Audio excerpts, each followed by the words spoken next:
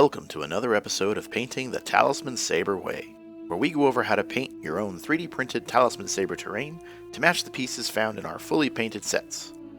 In this episode, we'll be covering Indoor Hexes, also known as wood floors, which come in Talisman Sabre Terrain standard terrain packs, and are perfect for providing you with the finest of dungeon hardwood floor options, when stone just won't do.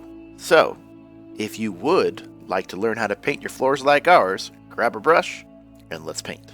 To paint your indoor hexes in the Talisman Sabre Terrain color scheme, you'll want to have the following paints, or their nearest equivalents depending on what is available in your locale. A flat or matte black primer, Deco Art Americana Colors Traditional Burnt Umber, Milk Chocolate, Khaki Tan, and Antique Gold, and a clear matte varnish. After applying a base coat of flat black primer to your tiles, you want to apply a dry slather coat of the traditional burnt umber to the elevated sections of the wood tiles. A dry slather is a heavier coat of paint than a dry brush coat, but it is not a normal wet coat of paint. Because the brown is so dark, we'll want a decent coating on the raised areas, but the key is to avoid getting paint into the recessed grain lines, leaving those black.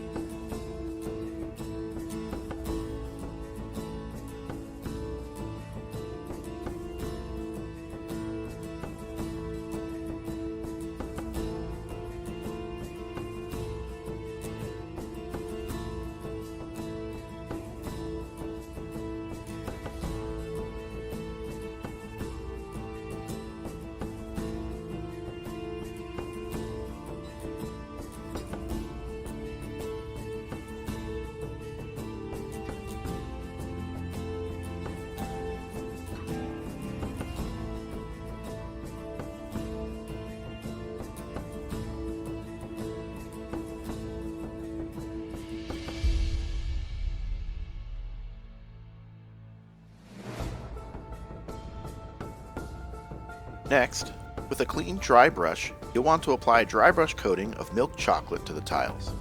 When dry brushing, after applying paint to the brush, you'll want to wipe most of the paint off onto a paper towel, so that very little paint actually comes off of the brush when used on the tiles.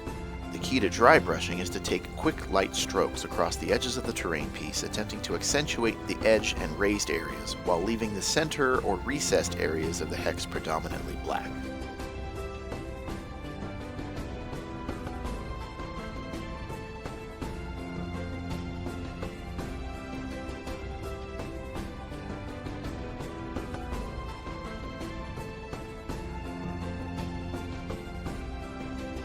Once all your tiles have a good dry brush coating of the milk chocolate color, we'll move on to the first highlight color, Khaki Tan.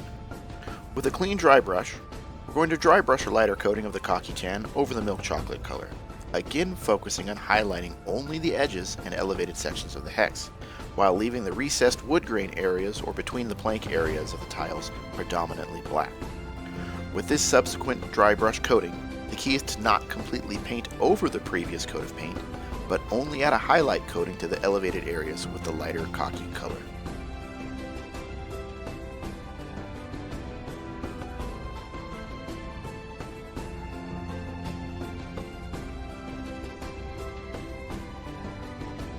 If you like how your tiles look now, you could stop painting right here, and your wood tiles would look great. However, as an added highlight, I like to do an extremely light dry brush coating of Antique Gold. This is a very selective highlight, as I only attempt to paint the uppermost elevated edges with this color. A little bit goes a long way with this final dry brush highlight step, so remember to get most of that paint off the paintbrush before applying it to the tiles.